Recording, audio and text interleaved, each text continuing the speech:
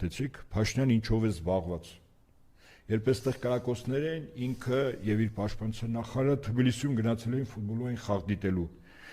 Երբ մեր զորքերը բերվում են բարձր մարտական պատրաստության վիճակի, այսինքն զգոնության բարձրացում, Փաշինյանը հեծարում է քշում։ Իսկապես, եթե մի պահ կողքից նայում ենք,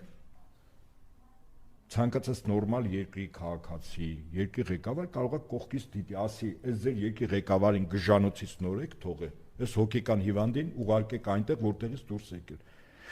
Միայն այդպիսի մարդը կարող է այս իրավիճակում անել այն գործողությունները, ինչ որ անում է։ Այսինքն իրականությունից կտրված, ինչու, որտեվ ինքը սկզբունքորեն ներկայացնում է Հայաստանում թուրք-ադրբեջանական օկուպացիոն ռեժիմի կոլաբորանտ կառավարություն։ Նա հալու հնազանդ կամակատարն է Բաքվի եւ Անկարայի։ Սա է իրականությունը։ Այնպես որ մեր ժողովուրդը թող համարժեք գնահատի